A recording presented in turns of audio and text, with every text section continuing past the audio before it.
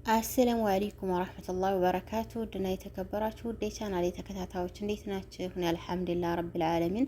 በያላችሁበት የአላህ ሰላምና እዝነት አይለያችሁ። ለቤት አዲስ ሆናችሁ ሰብ ላይክ ሸር ያደረጋችሁ አበረታቱኝ። እንደዚሁም ነባሪው ስለምታበረታቱኝ በጣም አርጌ ያመሰግናለሁኝ። ቪዲዮውን ከወደዳችሁት ላይክ ሸር በማድረግ ጀምሩ።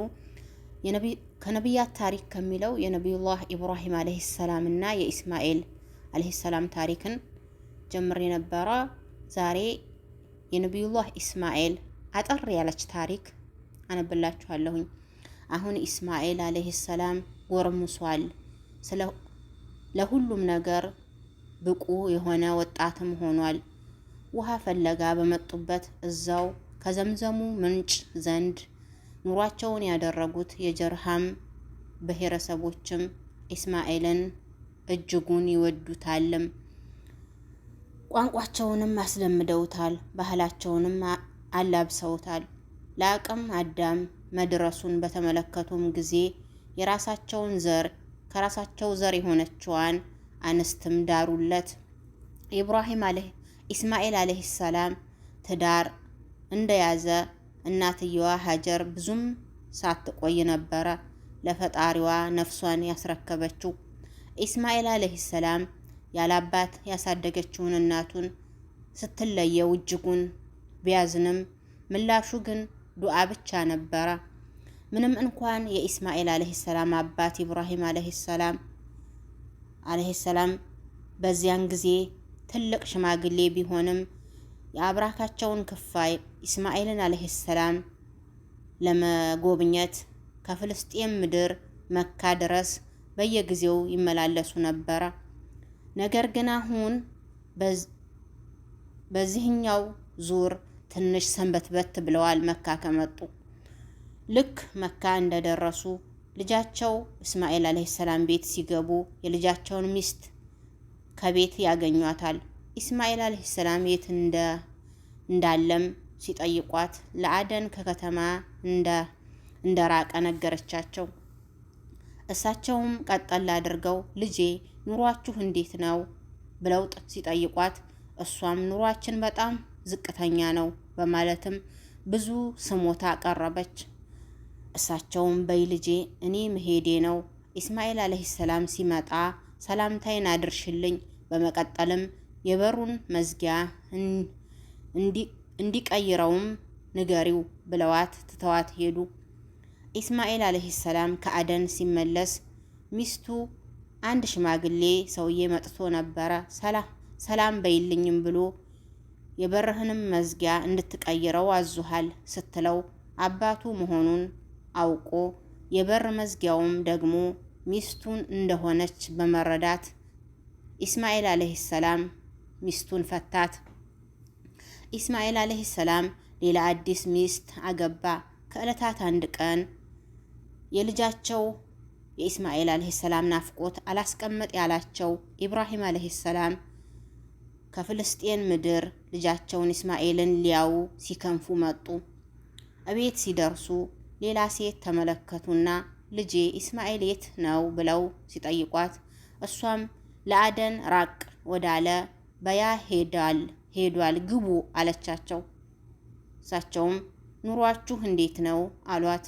እሷም በጣም ጥሩ ነው፣ ሁሌ ድሎት ነው፣ ሁሌ ምቾት ነው ብላ መለሰችላቸው። እሳቸውም በይ ልጄ እኔ መሄዴ ነው፣ ኢስማኤል አለይሂ ሰላም ሲመጣ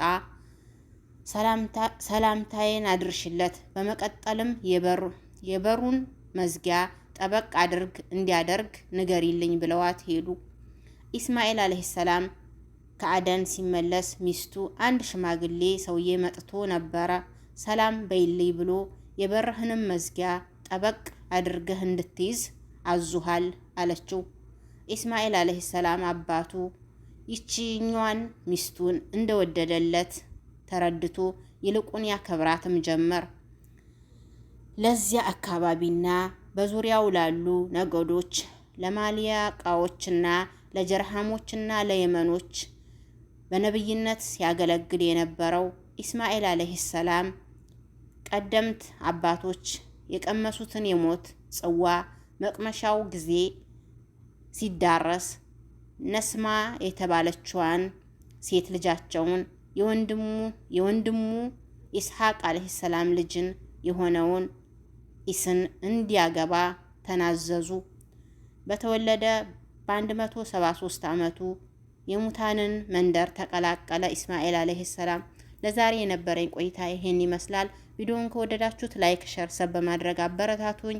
በያላችሁበት በድጋሚ የአላህ ሰላምና እዝነት አይለያችሁ። አንዲት ሴት በመሬት ስታለቅስ ኑህ አለይሂ ሰላም ተመለከቷትና ለምን ታለቅሻለሽ አሏት። ሴትዮዋም በለጋ የወጣት እድሜው ላይ የሚገኘው ጎረምሳ ልጄ ሞቶብኝ ነው አለቻቸው። ኑህ አለይሂ ሰላምም የልጅሽ እድሜ ስንት ነበር አሏት። ሴትዮዋም ገና እኮ 300 ዓመቱ ነው አለቻቸው። ኑህ አለይሂ ሰላምም ታዲያ ሊያጽናኗት እየሞከሩ ታዲያ እድሜያቸው ከ60 እና ከ70 የማይሸጋገሩ ኡመት መሃል ብትኖሪ ምን ልትሆኝ ነው በማለት ጠየቋት። ሴትዮዋም እንዴ ከ60 እና ከ70 ዓመት ብቻ የሚኖሩ ኡመቶች አሉ እንዴ ብላ በመገረም ጠየቀቻቸው። ኑህ አለይሂ ሰላምም አዎና አሏት። ሴትዮዋም ግን ይችን ውስን ዓመት በህይወት ሲቆዩ አላህን ያምጹታል በማለትም አስከትላ ጠየቀቻቸው። የኛን ጉዳ ላየች። ኑህ አለይሂ ሰላምም እንዲያውም አብዛኞቻቸው አማጺዎች ናቸው ብለው ጉዳችንን አወጡት። ሴትዮዋም ግን እነዚያ ኡመቶች ለውስን ጊዜ ብለው ዱንያ ላይ ይስገበገባሉ ስትል ጥያቄ ሰነዘረች። ኑህም አለይሂ ሰላም አዎና እንዲያውም ዋና ጭንቀታቸው ዱንያ ነው፣ ጥቂቶች ሲቀሩ አሏት። ሴትዮዋም ታዲያ በመካከላቸው በሚፈጠሩ ጉዳዮች ይወቃቀሳሉ ስትልም ጠየቀች። ኑህም አለይሂ ሰላም አረ እንዲያውም በትንሽ ጉዳዮች ይገዳደላሉ ብለው መለሱላት። ሴትዮዋም ግን እንዲያው ለዚች አጭር እድሜ ብለው ጎጆ ይሰራሉ ስትልም ጠየቀቻቸው።